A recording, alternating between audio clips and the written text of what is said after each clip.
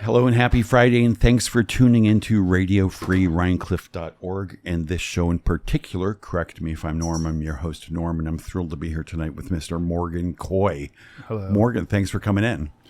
Happy Friday. It is so beautiful out, and we're here. We got the doors open. It's a beautiful, beautiful evening, and we're going to start off with some Rad Libs. You know the Mad Libs game, probably. Okay. So I need from you a noun. Farm, okay. I need another noun, a plural noun. Mittens. Mittens, okay. Another noun.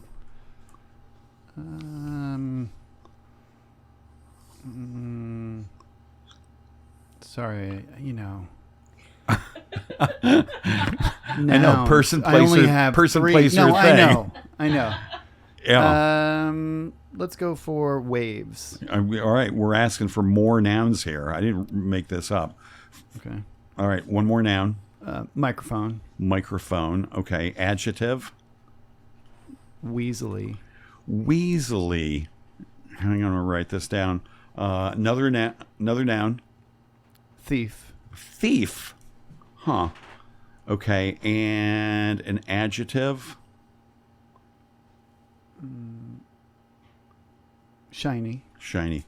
Okay, I think I'm not going to do that one anyway. All right, here it is. Ready? Here's the Rad Libs that you just filled out. I am the center of the farm, just like you. Having said that, I also don't really know much about waves. But here are some mittens I do know.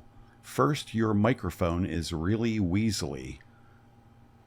Your thief can make you or break you. Yeah. It was okay. I love the Mad Libs. Now, this is Rad Libs, which who does that?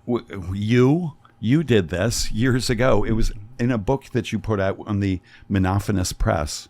Oh, well, I mean, a book called "Turn This Book Right Side Up" by Michelle Devereaux.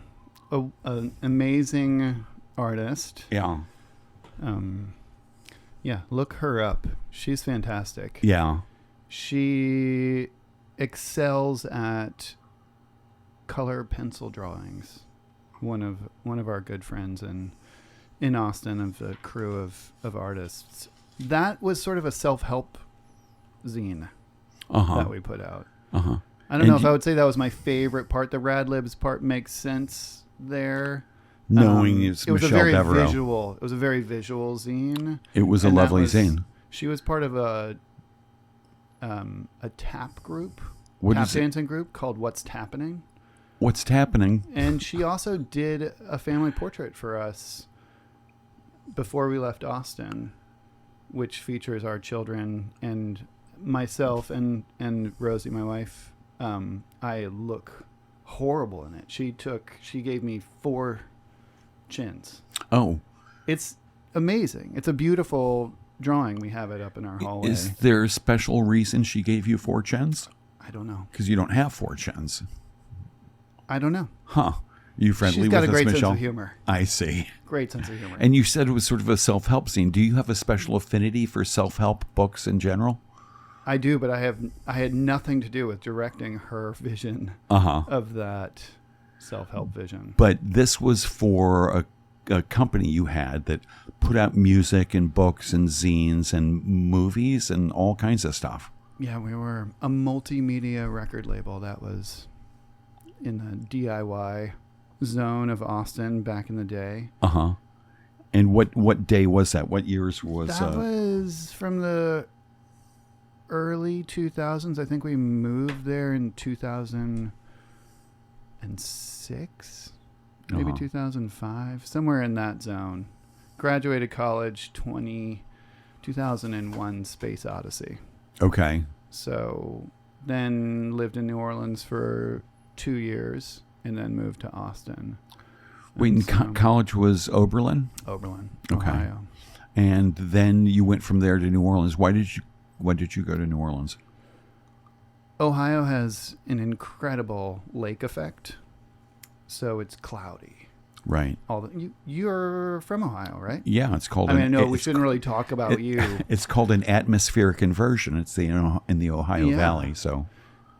And it's only not cloudy in the summers. every seventh day in the summer it's not cloudy. And so and by cloudy, I would leave in by the cloudy summers. we mean like the sky is just gray. Just gray. Yeah. Gray, sometimes snowy, sometimes rainy, but the cloud effect, I think it's equal to Portland and Seattle. Oh. People don't think about that. No.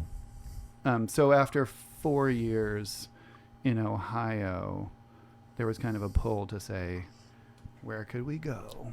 And what had you studied in college there at Oberlin in cloudy? Creative writing. Yeah.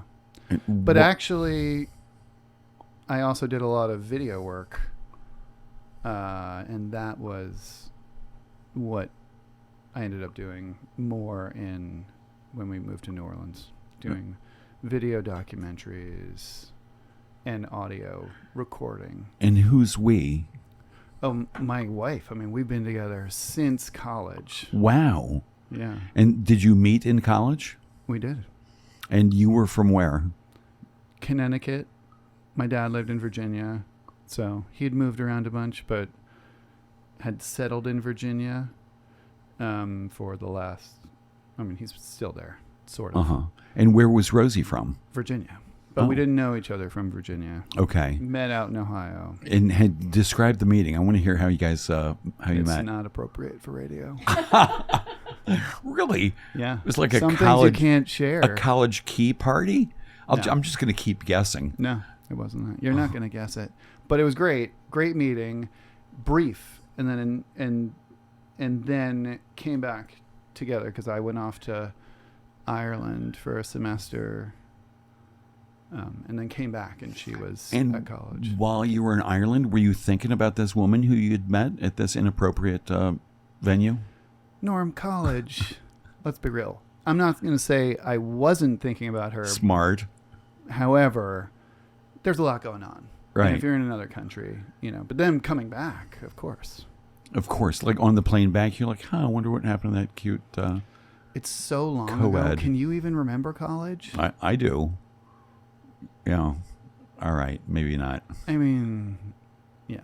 It's interesting to think about how long ago some of these things are. They still feel fresh, and yet it's a different time, a different chapter in life. Sure. Similar to the Austin stuff. Yeah. So you met up again, and like you went out on dates, and was it love at first date, or?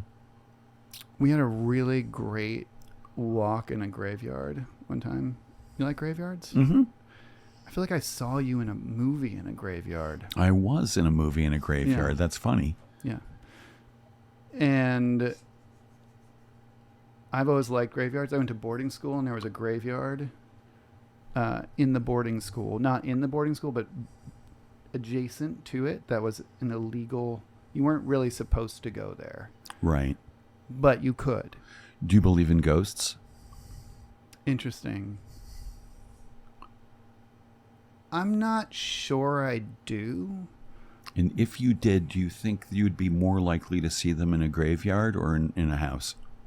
No, I feel like the ghostly experiences I've had have never been in graveyards. I don't think they really want to hang out in a... If you've had ghostly experiences... But I don't entirely trust it. I'm not sure I can see. explain what a ghost would be if they do exist. Okay. Back to boarding school. Where was that? Outside of Boston. Okay. Milton. Oh, Milton. Yeah. Oh, I knew a bunch of guys who went to Milton. They're all a lot older than you. Yeah. Yeah. That was How nice. are they? Lost How track. twisted were they you knew them? They were really nice, fun people. Fun. Yeah. So you graduated. You got a degree in creative writing. You were doing video. You went to New Orleans so you could see some blue sky. And what were you doing in New Orleans? I got a job video editing, which was actually amazing. One of the most transformative moments of career-wise. I did that, and then I would volunteer internships in recording studios. Okay. Both were very interesting. Video editing was paid and also super. It was a great way to learn about the history of New Orleans. I was working for a woman, Rebecca Snedeker, who made this documentary called Queen for a Day, I think. Huh. And she'd been working on it for a while and she'd gotten some money from PBS from POV, a part of Right. to finish it off. And I got to learn so much about the city of New Orleans, and I got to shoot footage and log footage, do all sorts of things that really still to this day, clearly the skills are awesome. It's interesting thinking about kids and career directions and what they should go into and whatnot, and just how sometimes you can, if you work at something, if you have a job for a year working on something, you use a computer program that teaches you how to edit, that teaches you how to figure out what you think is good and what's bad, and then you get feedback, and somebody else was like, great, yeah, we're going to put that into the movie or not, or whatever. And what kind of program did you use? What software were you using? Oh, it's for such that? a sad story. It was back in the beautiful days when Final Cut Pro is actually an incredible incredible editing software. And then Apple it all up. Really? It was like it was a tragedy. It was a tragedy. How did they fuck it all up? They basically were like, we're gonna do this big upgrade. We're gonna upgrade it to Final Cut X. And they put out this upgrade, and they dumbed it down and made it completely like a bad iMovie. I mean, I guess it was maybe better than iMovie, but you were like, this was a professional tool. You could, for affordable prices, get out of having to work through Avid, and it was amazing. Like, you really could make movies on this thing, and that's what I learned at Oberlin. That was the software we were working on in Oberlin, and that's what got me the job. Because you were checked out in Final Cut Pro. Yeah, I was like, oh yeah, I can use this program. I've edited a bunch of weird art projects with it. Weird art projects. All right, and what were some of the weird art projects? Like video art kind of stuff? Yeah, video art.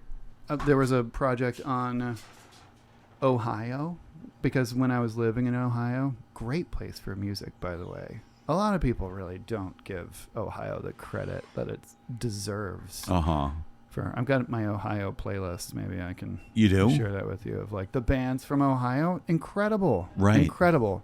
Throughout decades. I mean, and real weirdos too. Well, let's go with this. Who's on your Ohio playlist?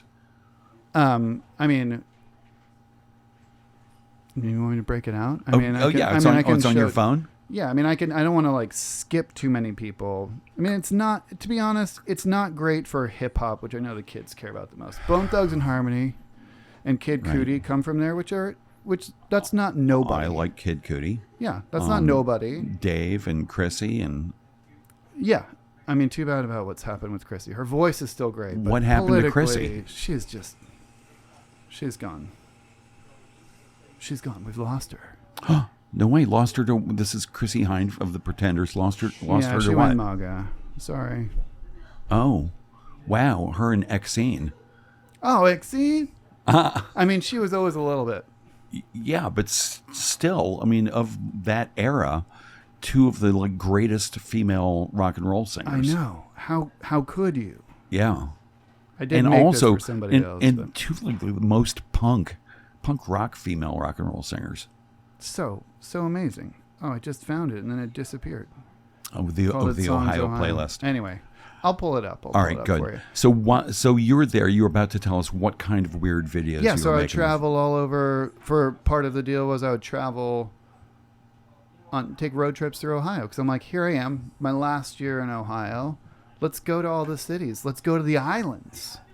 You've been to the islands? I don't think so. There's islands. Yeah. In the Great Lake above. Oh yes. Have you been to the Snake Mounds? Yes. You've been to the Gate to Hell in Kenyon? No. I mean, it's hard to say where it is exactly, but it's supposed to have one of the gates to hell. Cincinnati, Columbus. Cincinnati, my hometown. Yeah. Columbus, lots of wonderful people from Columbus. Yeah. I mean, there's a lot in Ohio.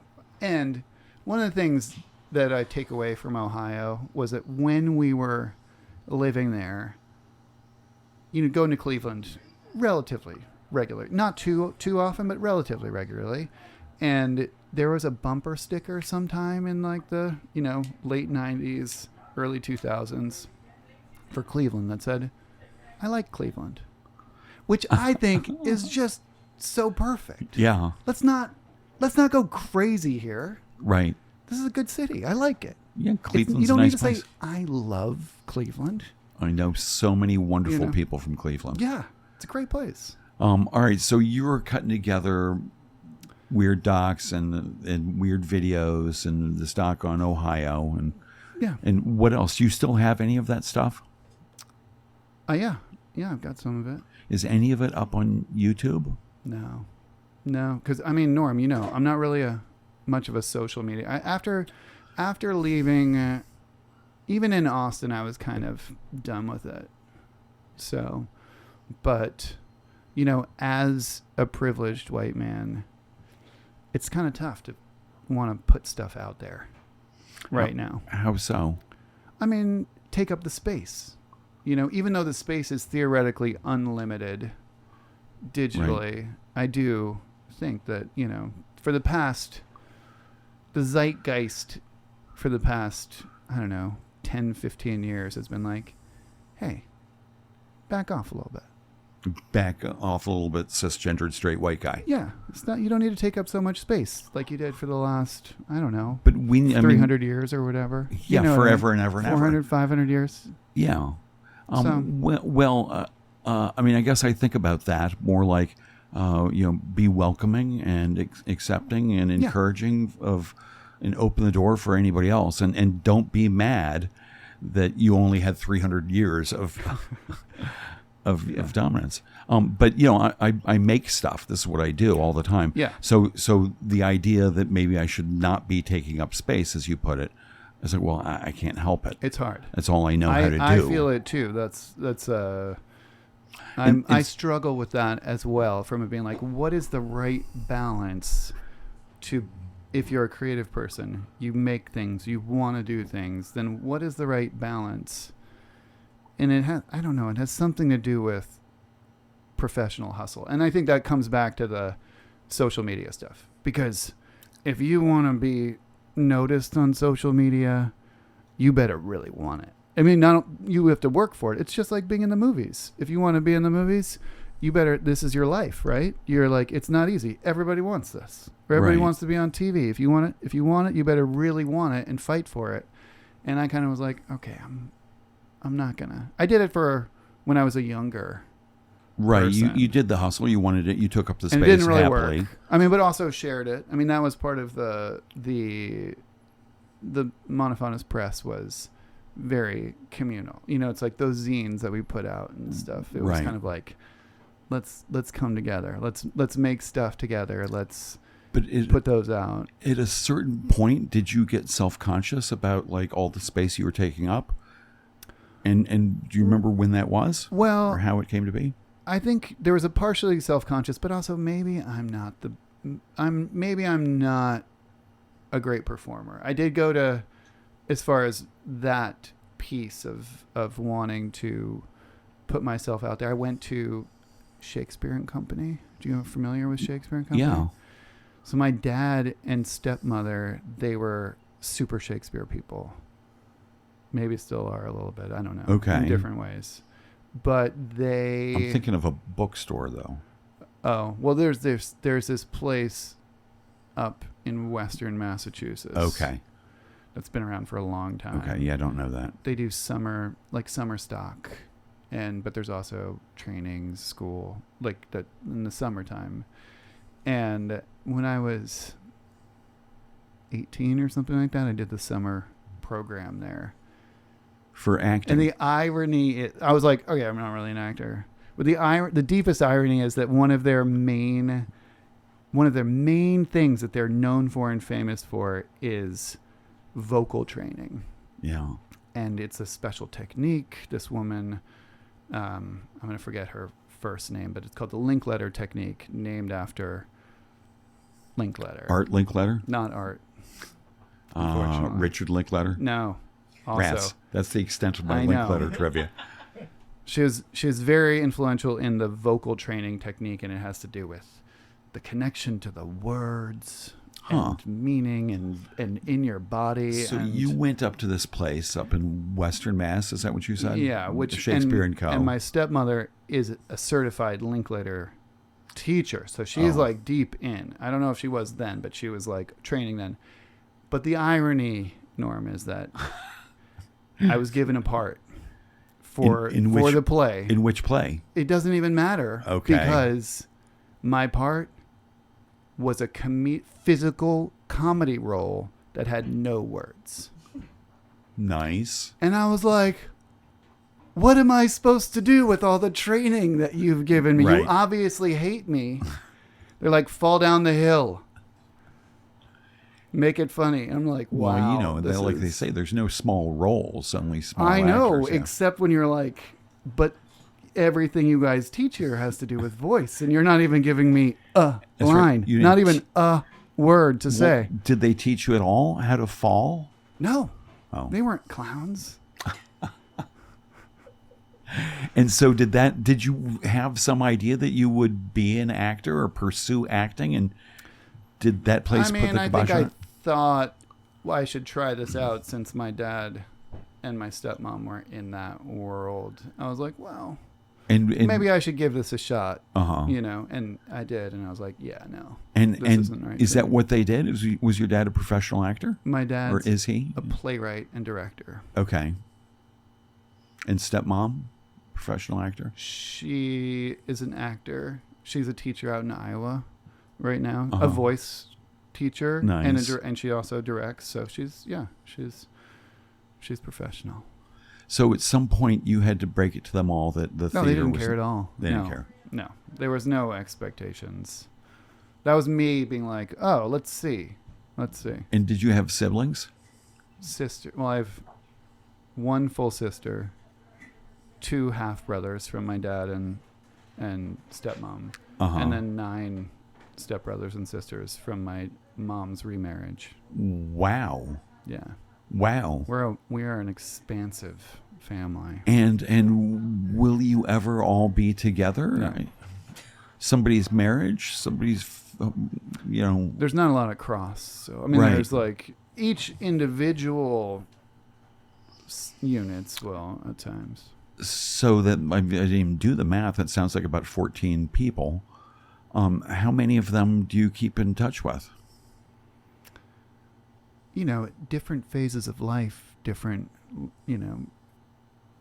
amounts of connection. Right, but you have one full sister. One full sister. And did any of these 14 people go into the theater? No. But that wouldn't really be. That wouldn't have really. Yeah, no. Yeah, no. I mean, my stepdad was 18 years older than my mom, so my stepbrothers and sisters are considerably older. Okay. But I interacted with. They were. My mother didn't remarry until I was about 16. Uh-huh. And was in boarding school. Right. So.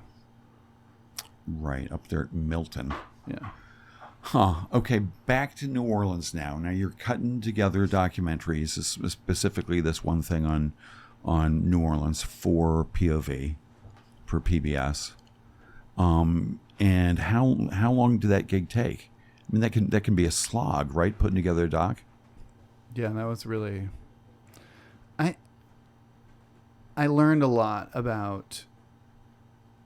The major lesson I learned from that project was, and there is a story in there are many stories like this in the documentary world, of those projects taking a really long time. Right. And I was young enough at that point in time where I was like, wow, I just worked on this project for a year and it seemed like it was going to be done. And that seemed pretty great, you know, to be like, all right, on with the next one. And then it didn't end. Right. And I think I was pretty deeply moved by that example, where I signed up for a couple months after. Sisyphean sort I've of just thing. been like, oh, this is going to keep going for Right. a long time. And I kind of backed out. And I didn't back out. I just didn't re-up when the money ran out. Because it's sort of like the money ran out. The movie wasn't over. It wasn't done. It wasn't done. And they didn't have money to pay you anymore. Yeah, and I was like, I'm going to do something else. Right. And I worked for the power company for a little while. That was my little taste of corporate life, doing creative work for the power company. Wow. In New Orleans. You which is said that fascinating. New Orleans, something about it was a transformative experience for you. Well, but basically what happened was I saw this big project not get completed, and I was like, okay, when I'm putting stuff out, I need to make sure I put it out, even if it's not done, even if it's not perfect. It needs to get out there. Like, it can't just drag on forever. And then I think one of humans, like all of our human problems, are overcompensation. So I think I overcompensated for a long time of then putting out things that maybe could have taken a little bit more time to put out, but maybe not as much, you know. So I think that the lesson there was an overreaction to something not taking too long, and then I was like, okay, things got to go fast. Let's put out a lot of stuff and make things happen. And that was the monotonous press. Yeah, It seems like you put out a shit ton of stuff. we put out a lot of stuff. Technical term. Yeah. So what would you say now your perfect project length is, your project duration? Like a month, 3 months, between a week and a year. But now I'm in hobby zone. I'm trying to move into hobby world. Hobby world. Well, that sounds kind of good. Yeah. Kind of creepy. Yeah. What hobbies? They're not, nothing like photography, but not professional. I heard you make some beautiful, beautiful images. I'm trying. Yeah. And do you have a goal for your photography, for your art? Not really.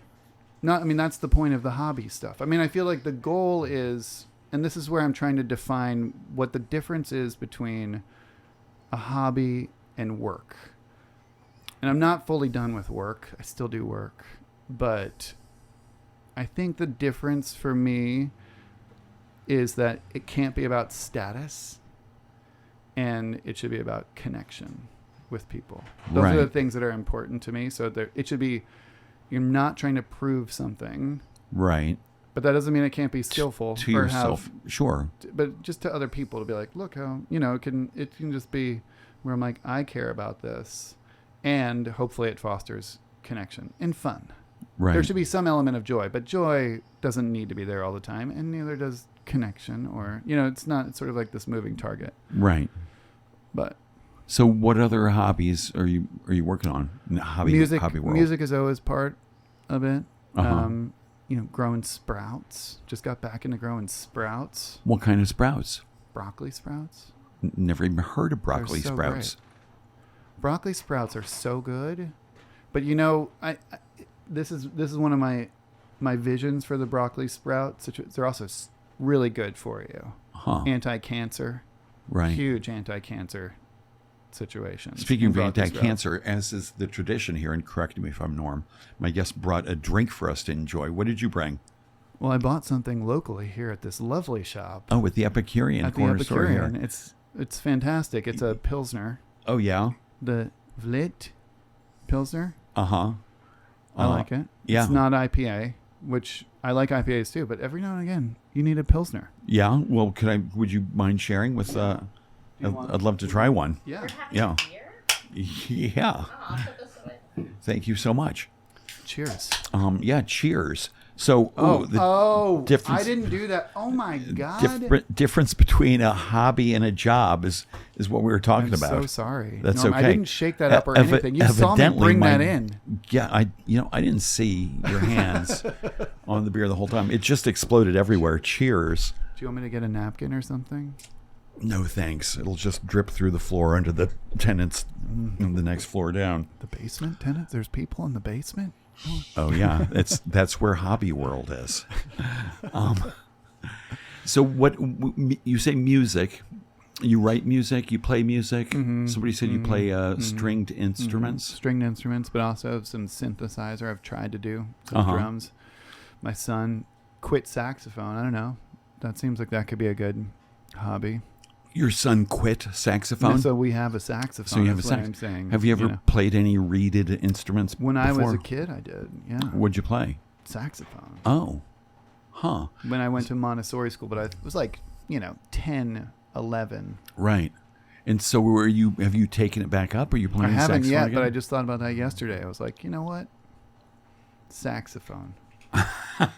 Note to self. You'd be surprised, Norm, how many excellent bands that play at Tubby's have a saxophone in them. Ooh. It's been shocking this last year, and I have photos to prove it. At least, I'd say maybe a tenth of the bands have saxophone, and it's a good thing. Like, it really actually is a cool element to what's going on. All right, now I've got an OCD ask about every instrument. What percentage have trombones?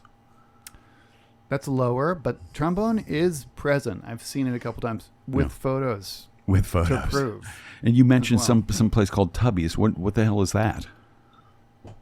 Yeah, well, so there was the art time in my life, but then parallel to that in Austin was a real estate piece that went along with it, starting with kind of a crack house that was across the street from my friends. I mean, crack house in the sense that it was like there were people doing drugs in the house and living there illegally. Right. So I'm not like, it wasn't not like necessarily a full, crack. Yeah, and they were nice people. They were regular nice people. Like there was a guy. They were squatting there. Drugs were involved, but it was not so much like a lot of different people coming in. Yeah. Anyway, well, that makes it all okay, I guess. I mean, sort of. It was not great, but it was not. I mean, the fact that they were nice people with a drug problem. Yeah. And what neighborhood was this in Austin? That was in East Austin. Okay. And anyway, that place went for sale. The crack house. The crack house went for sale. Right. And I ended up getting it. Right. And that brought me into the real estate. As long as they weren't manufacturing meth in the house. I don't think so. Yeah. I don't really know. Right. But anyway, that was like how I kind of fell into that, and that lived in parallel with and we built art studios. And so would you say, is that still sort of your job? Sort of. And then when I moved up here, there was a sign. I'm not overly a believer in signs from the universe, but I feel like we'd be idiots to not notice them when they happen, Yeah. So, and I mean, and this is why I say this. It's like, moved up to Rhinebeck, went over to Kingston. Actually, before we moved up here, we came up here and rented a house for a month. Why? We were trying to move closer to my mom and stepdad, who was dying at the time, but also we had 2 young kids. Summer with kids in Texas is one of the worst things you can do to yourself. Right next to summer with kids in New Orleans. It might be worse in Texas. Like, it's so hot that, by 10 in the morning, you can't be outside anymore in the summer. And they're off school. So it's kind of you're like, well, if they're in school, you don't really have to think about it. Right. But if it's on the parents, it's a lot. Right. When you're like, well, you're inside, dependent on us. So that was the climate. Climate was huge in moving up here. So you looked around up here. Where were you? We were mostly focused here because we knew a lot of people in Austin who had gone to Bard, and we were thinking, we could get some great weirdo babysitters for our kids, which totally proved to be true. We had great, strange, out there babysitters who were awesome. Right. For that time in life. No complaints on that. I love that. How long have you been here? 9 years. It's a good long time. Yeah. So you got into real estate in Austin, buying the crack house, but not the meth lab. You started to enjoy real estate. I'm guessing it was a good time for investing in real estate and getting a nice return. In that area, it was great. And you came up here and for some reason decided to go visit Kingston. Yeah, and there was a hobby shop over on Front Street, North Front Street, and this is when we were just visiting, when we were just staying here in the summer, and I walked past the front of the store, and they had this really weird, excellent. I mean, it wasn't over the top, but it was weird enough when you see like the glass display, and there were stormtroopers rappelling down into a Barbie home. Just, you're like, what's going on here? This is not your normal situation. And then in the lower right hand corner of the window was a little postcard for Marwencol, Mark Hogenkamp's, the documentary that was made about him, which I had seen at South by Southwest 2 years before, which won the award for best documentary. All right, just briefly describe what you saw at South by Southwest. The Marwencol thing. Have you seen the movie? Yeah. Excellent movie about Mark Hogenkamp, who is from Kingston. He was discovered by a photographer who saw him walking down the street on some rural road around Kingston, dragging behind him a cart with action figures, large action figures, like as foot tall kind of. And he befriended him and found out that he had created this whole world behind his trailer to heal himself kind of this traumatic experience where he had been beaten almost nearly to death by a bunch of he considered himself a cross-dresser. I think that's the term he used. And he had shared that with some people at a bar who turned out to be kind of neo-Nazi type people, and they took him out onto the street or waited for him out in the street and almost beat him to death. And he had brain damage? Is it? Brain damage and a lot of post-traumatic. He was also a severe alcoholic, so it was sort of a balance where in some ways it did help him, but it also deeply damaged him, as you might imagine.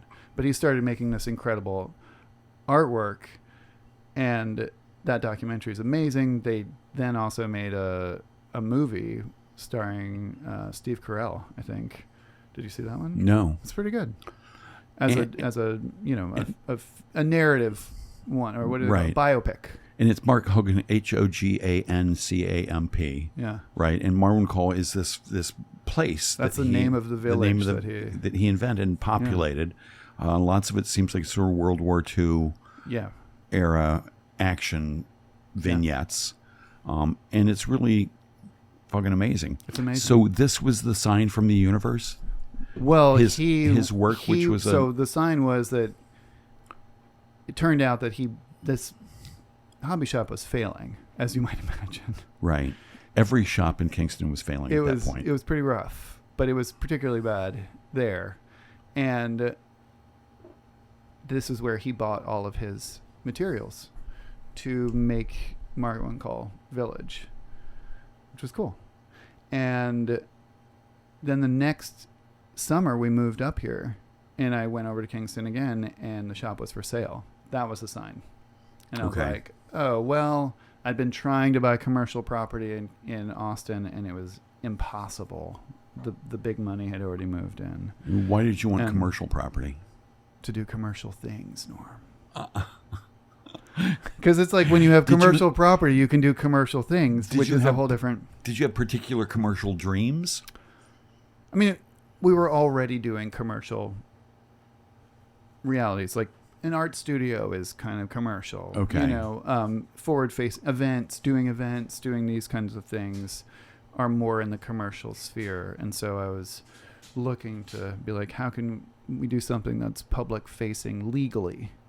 because you cross over a certain amount of people coming in, and then it's not residential anymore. It's not, it crosses over. So that's why I'd been interested in finding something that could have more of that public facing legally. So you bought the space, you cleaned it up a little bit, and over in Kingston. Yeah, it was like it was one of the last affordable places in Uptown Kingston before billionaires moved in and made it.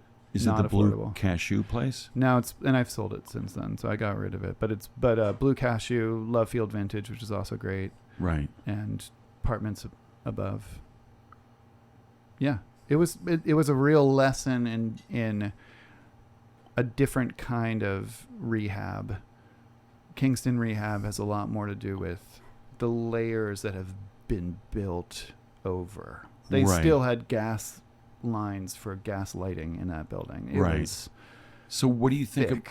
So one of the charms of Uptown Kingston there, Wall Street and Front Street and stuff, for me, and I know building owners who are like, you're insane, you don't know what you're talking about. I love the awnings, what they call the Pike Plan. Oh, it's going away. I read that somewhere. I mean, it was kind of a mistake. I don't care at all because I don't own a building uptown anymore. I don't either. I still have aesthetic opinions. I think the functionality in the wintertime is pretty solid. Yeah. Keeping the snow off the sidewalks, but it was unfortunately built horribly, and so it's rotten. And the maintenance, as I understand it, went to the individual property owners. Oh, it's a rotten structure. And then you're like, oh, the building owners are supposed to take care of this thing that they had nothing to do with building, that was terribly built, has bad drainage, and is rotting from the inside. All right. Well, all of this by way of getting back to you answering the question, what the hell is Tubby's? Yeah, so Tubby's also came from, I was just talking to somebody this morning about one of the ways that I met people in Kingston and learned so much about it was sitting around waiting for plumbers to show up, which can take a really long time when they're like, yeah, see you there in the morning. And then you don't know how many hours you might be there. But you see a lot of people on the street. You meet a lot of people, your fellow business owners and so forth. So that's kind of what happened with Tubby's was I moved my focus from uptown because it became untenable for reasons of finance. It was just people were paying. It takes so much money to fix up broken down buildings, and then when people are suddenly saying, "Buy my broken down building for $1 million+," that's going to need a lot of work on it. You're like, I don't think so. And is it easier to do that in Midtown than in Uptown? No, it was just the prices were lower. Okay, gotcha. That was it. It was the prices were more reasonable. So you're like, here's this crappy building, but we'll only ask you to pay crappy building price for it. You're like, that sounds about right, because then you have some money to fix it up. Right. So I did that with a fascinating building that was some sort of a bingo supply warehouse. It was a 2-story building that had no windows on the second floor. It had been taken over by some church that had moved out, and the second floor had some very weird education rooms in it. I don't know what went on up there. No windows to the outside world, but windows in the hallway, so you could kind of see in. It was strange. And it was a strange building. But we made it really nice. This is the Tubby's building. No, not Tubby's. But across the street was Broadway Joe's. Oh, okay. And I would sit there waiting for a plumber or somebody to come. And I'd look across the street and see Broadway Joe's, which would open up at 8 a.m. and close at 4 a.m. This is the bar. The bar that is on the now corner. Tubby's. That is now Tubby's. And it was noteworthy because it had huge sort of figurines of the Blues Brothers and Marilyn Monroe or something on the roof. And Elvis. Yeah. And Elvis. Yeah. And you took those down? They were like tied up there with barbed wire and like broken. The Blues Brothers were so terrifying. Somebody had tried to fix their bad skin or whatever and repaint them with white paint, and it was like peeling off, and their eyes were glassy, because they do something special with the eyes. I don't know what they do, but egads. All right, so you got. So they this. needed to come down. Their hands were broken off. It was like a really gross S&M scene. Marilyn was falling down. And did they go into a dumpster, or did somebody? No. Carted They away? went into the basement, and then they found other homes. They've been in the. I had a vision to put like a structural piece of glass somewhere in the bar so you could like flip on a light switch and look down at them. In their horror, because it's horrific. They were not good looking. Yeah. From far away, you're like, oh, it's Elvis. Close up, you're. I like that idea. It's a little bit scary. Yeah, it was a pretty good idea, but yeah. You got the building. What did you think you were going to do with it? Exactly what I wouldn't have gotten it if I hadn't first convinced my friends Corey Plump and Katie McElroy to move from Mexico City and come and do it with me. So I went down there. It being this place. Yeah, I was like, look, this is great. Like, because Corey and I had worked at Monophonus together for years, like maybe close to 10 years. Right. And it was not working as a business. It was fantastic in so many ways, but going into the music industry is a terrible idea from a record label standpoint. And like we got in right when it was definitely tanking, and it was only going to tank more and more. And we tried a lot of different wonderful things. We worked with lots of great people. It was super fun. Zero regrets. Financially, not a good idea. Did you ever join a class action suit against Napster? Oh, hell no. Yeah. No, it was already too late. But and that wasn't, we were too weird. We were too weird also for mainstream. But that must have been pretty satisfying to just be doing this weird, fun stuff. Yeah, it was. Money-wise, it was brutal. So, because it costs money to put stuff out, and then you're like, this doesn't work. So there came a point after 10 years, I think. It was like we made it past the 10-year mark, and we had a great farewell and did a couple nights showcase in Austin. It was awesome. It was a beautiful moment of closure to be like, we did this. It was great. No regrets. And we're done. And then Tubby's became sort of the creative outlet? Well, we'd already kind of started that before, but I first had to convince Corey that this was maybe a good idea. Corey is the musical mastermind behind what happens at Tubby's, by all means. I'm a space person, and we share certain aesthetics, but Corey is the one who really makes what happens musically happen at Tubby's. And Katie is equally, she's backed off a little bit, but she was hugely important in making it a place that could actually be sustainable and work as a bar. Right. Like those two, it was incredible. And how would you describe the interior aesthetic of Tubby's? It's dark. Yeah.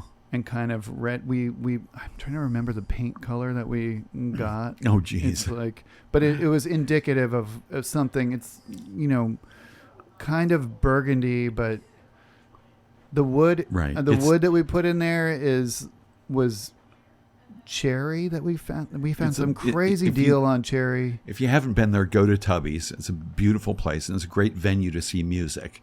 Yeah. And you've got all kinds of nice beers and a shit ton of mezcal. A lot of mezcal. That came from the Mexico vibe, because Katie and Corey were down there and really got into the mezcal scene, and so that was a piece of good drinks, good people. Like it really is it truly is my favorite bar in the area. Tubby's Uptown Kingston. It's a spectacular bar. Midtown. Midtown Kingston. It's on Broadway. And what's the cross street? Cedar. And just across from UPAC. Yeah. So you can go there before or after the show. But you have lots of shows of your own there. And you mentioned just now what you do with music. What do you do with music that's different from other venues that have been around? Well, one of the pieces is, we care about the people who play there. That's kind of I'm not saying that other places don't. I'm sure they do. Right. But there was Corey and I were both really influenced by when Corey did a tour all throughout Europe a bunch of years ago. I don't know, with his band Spray Paint, and I jumped on for the Italian wing of that tour, which was awesome. It was a completely different lifestyle shift. I had 2 young kids, and I was able to check out from my normal life and tour with the punk band for a week in Italy. Okay, hats off to the wife and the mother of those children, Rosie. Amazing. It was amazing. No, Yeah. And it was a weird, surrealistic shift. But one of the things that was most influential about that time over there was that Europe takes care of their touring bands. Every single venue that we went to gave you dinner and a place to sleep, and we're grateful for you being there. It wasn't necessarily like super fancy or anything, but it was just like everywhere. That was just part of the deal. So you do that for bands at Tubby's? Mm-hmm. You give them a place to sleep. Mm-hmm. You mentioned the upstairs with no windows? No, not that one. No. But we make sure they have a place to sleep. We give them a meal. But also, it's just we're grateful for people doing what they do, and we try to make sure that they feel that when they're there. And because we're a small place, and it's not like, they get all the money from the shows, but it's not going to be a huge moneymaker. But the difference of being on the road where you don't have to worry, you're like I don't know how many times you guys have seen small shows where people at the end of them are saying, hey, does anybody have a place for us to sleep tonight? You know, like to not have to worry about that is a big deal. So the band gets 100% of the gate. Of the door, yeah. Of the door. That's nice. Yeah. I mean, that's sweet. When you get it's some a good, hustle. being a touring musician is a rough hustle. Yeah. You're not, we've moved back to the pre-50s time frame where, you tour, it's a get by deal. You're not making money off of recordings like it was in the 60s, 70s, 80s, 90s. They really scored, and then it's all over. Right. Done. But you get some good acts there. You get some nice people. names. I think the last show I saw there was Michaela Davis, who plays the harp. It was just so beautiful. Yeah, she's awesome. Yeah. Yeah, I have a picture of the harp. Of her harp? Of the harp. Because I was there like the next morning. I didn't have my camera before. I've seen her there play, but I missed that show with the camera. But I do have a picture of the harp because she left it there overnight. Yeah.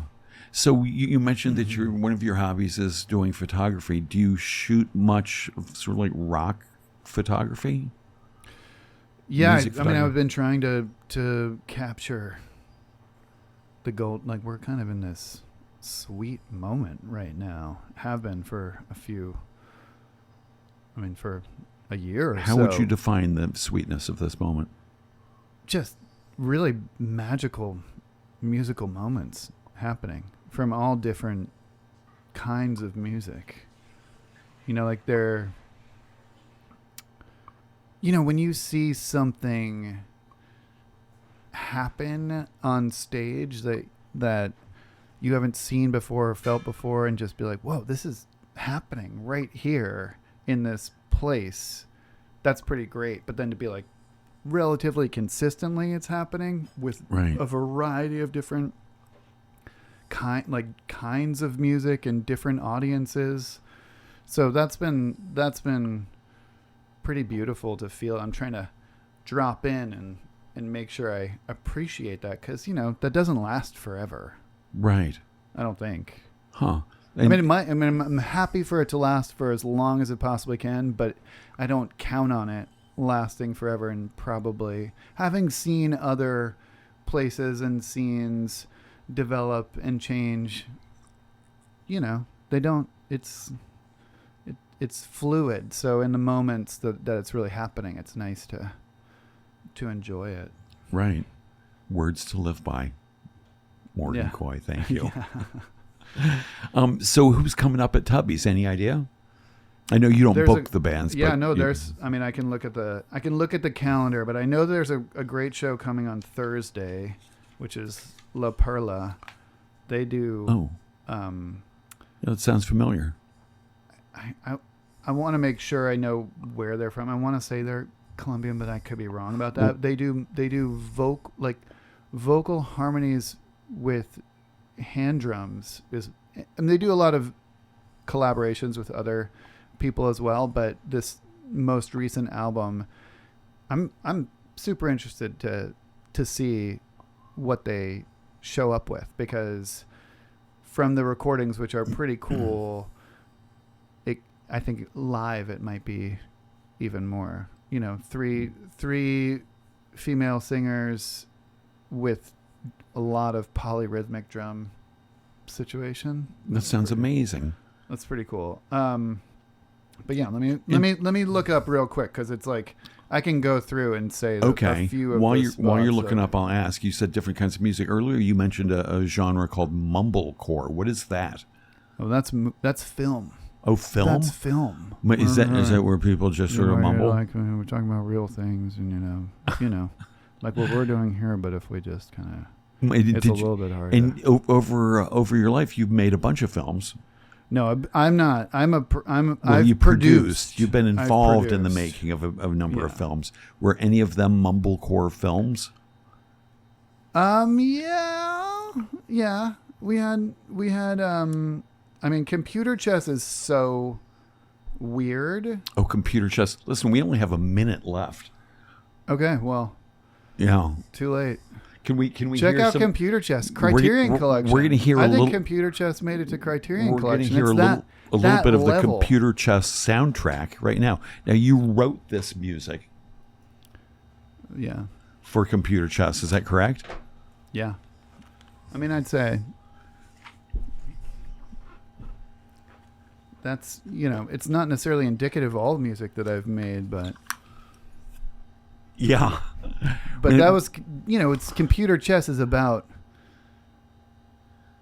computers playing other computers at chess. Sort of. Okay. But really the part, anyway, it's a whole other thing. Yeah. And we're out of time. Yeah. I can't even believe it. Morgan Coy, thank you for being here. Everybody, thanks for tuning in. It's a quick hour, Norm. I know, so fast. We didn't even get to, I got like 8 pages to note. I got to one of them. Everybody have a great Friday and a fabulous weekend. Thanks for tuning in. Oh, and check out our show. Oh man, Norm, you didn't even plug my show. Oh no. Tell the show. Plug. What's it called? Plug A Strange Stage. On right this here on RadioFreeRhinecliff.org. And it's you and Andrew Stewart. It's a real joy. I've heard some of the episodes. That's really cool. No Eagles. Not yet. So there you go. If you made it all the way to the end, thank you. Yeah, we're all the way at the end. That's it. Thanks, Morgan Coy. Have a good night.